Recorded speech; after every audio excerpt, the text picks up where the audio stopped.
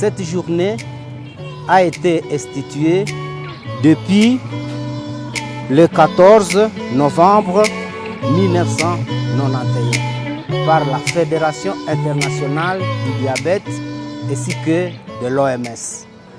La date du 14 novembre, c'est l'anniversaire d'un célèbre médecin qu'on appelle Frédéric Banting, qui avait créé, donc qui avait inventé l'insuline. Et cette invention, elle a été faite en 1921. C'est quand le docteur Frédéric, le Canadien, a découvert l'insuline. Et une année après, l'insuline a été mise en action, elle a été utilisée chez une jeune fille de 14 ans qui a été sauvée de justesse grâce à ce traitement. L'accompagnement de notre mutuelle, que nous appelons Muvilodi, qui signifie mutuelle pour vivre longtemps avec le diabète. Cette mutuelle a été créée il y a plusieurs années. Dans cette mutuelle, nous accompagnons les diabétiques dans la surveillance de leur taux de glycémie. Donc c'est une mutuelle où chaque mardi, nous devons nous réunir pour doser le taux de sucre, prendre les signes vitaux de nos patients et puis ils bénéficient d'une consultation où ils présentent leurs plaintes et à ce moment-là, les médecins essaient de voir comment ajuster leur traitement, leur donner des conseils pour que leur glycémie soit toujours stabilisée. Car le problème du diabète, c'est une pathologie chronique. Donc on ne peut pas se dire qu'en un jour ou à une semaine, un mois, on va traiter le diabète et on sera guéri. Non, c'est une maladie chronique qui nécessite un accompagnement de chaque jour. Et chaque deuxième vendredi du mois, nous avons des séances d'éducation où nous brossons plusieurs thèmes qui accompagnent nos malades dans leur façon de vivre pour qu'ils acceptent leur pathologie et acceptent le conseil pour que leur diabète, une fois stabilisé, ils pourront mener une vie paisible comme toutes les personnes qui sont à bonne santé. Kikundi kilianjaka ku Septembre 2009 depuis que chilifunguliwa hapa Matanda, ku hospitali Matanda.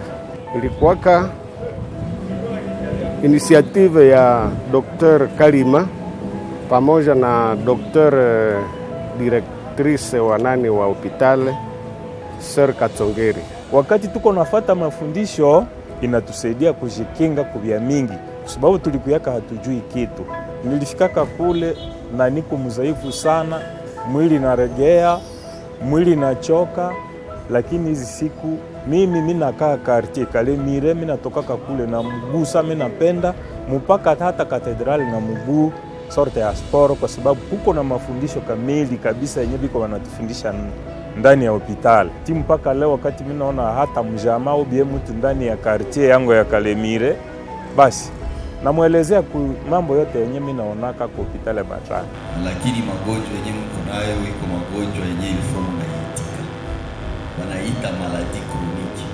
Wakisema mtu anakuwa na maladie chronique, kama anasema maladie chronique ni kusema unakunywa dawa kila siku. Na ile dawa itakusaidie ukue sawa watu wengine. Lakini sasa unaendaka kule pembeni wanaanza kupatia kabido, wanakupatia kitu fulani, ile ndio inachaka, unaenda mko na Mungu. Na utaona watu mingi wale walishatuacha. Ukafata mzuri watakwambia aliachaka dawa, akaenda kwa mtu fulani, alikuendeka, anataka rudia kwa hospitali, linashindikana. Donc ile ifo kufata mafundisho vizuri. Na mimi nitawaencourage tu. Hakuna kusema ke ni magonjwa itababeba. Tayari kama unakunywa dawa yako haiko hii magonjwa ndio itakubeba. Ni magonjwa mengine ndio itakubeba. Na ingine ifo mnajua ke kama ukunywe dawa ile mzuri kunakuwa yenyewe wanaita matokeo. Na ile matokeo ndio inasababisha maisha ya diabetiki. Ilifosa mnagonjwa hii unakunywa dawa yako, nguvu ikakuwa, unaenda tumika sawa watu wengine, unakuwa sawa watu wengine, unasahau hata kisu kumgonjwa, na utaona maisha inaenda sawa sawa.